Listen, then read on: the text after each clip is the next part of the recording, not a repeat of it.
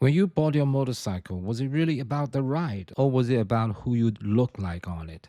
When I was younger, I had a perfectly good bike, reliable, handled well, nothing wrong with it, but I sold it. Not because it broke down, because of the badge on the tank. I traded up for something that looked more like what a real rider was supposed to ride. Was I a better rider because of it? No. Did I enjoy the road more? Not really. But did I feel different pulling up somewhere on the bike? Yeah, I did. And I don't think I was alone in this, because I think most of us was doing something we don't say out loud. We were building an image. We were sending a signal. We were telling people without actually telling them who we are, what our taste is, what level we are at.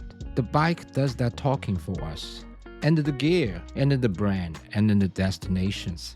Climb or a cheap jacket, that's not just a safety choice anymore, it's a statement. An adventure bike isn't just a tool for exploring roads. For a lot of people, it represents a whole lifestyle, freedom, open horizons, the kind of person who could leave everything behind on a Tuesday morning. A cafe racer isn't just a riding style, it's an authentic identity. Every choice has become a way of saying something about yourself without have to say it. And social media made all of this about 10 times more intense. Because before, you could only compare yourself to the riders around you, the guys in your group, your city. Now, you open your phone and there's someone with a more expensive bike, longer trips, better gear, better photos, a more perfectly created version of the riding life. And somewhere in the back of your mind, a quiet question starts forming. Am I enough? That question isn't unique to motorcycling, but motorcycling is a real good place to watch it happen because the props are so visible.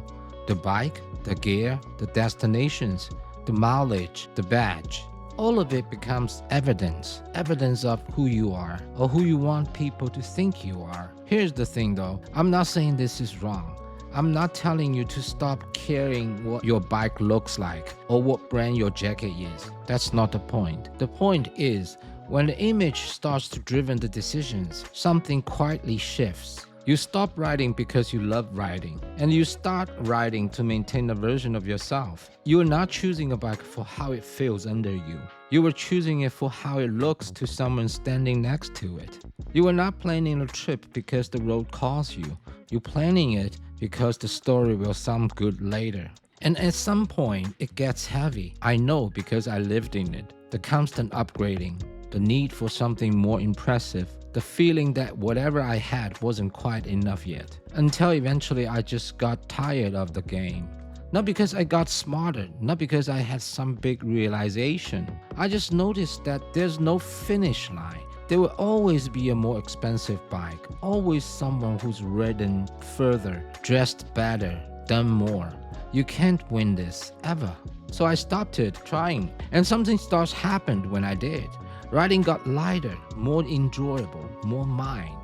The road didn't change, the bike didn't change, but the way I was carrying on it, that got a lot lighter. A motorcycle is a motorcycle, it's a hobby.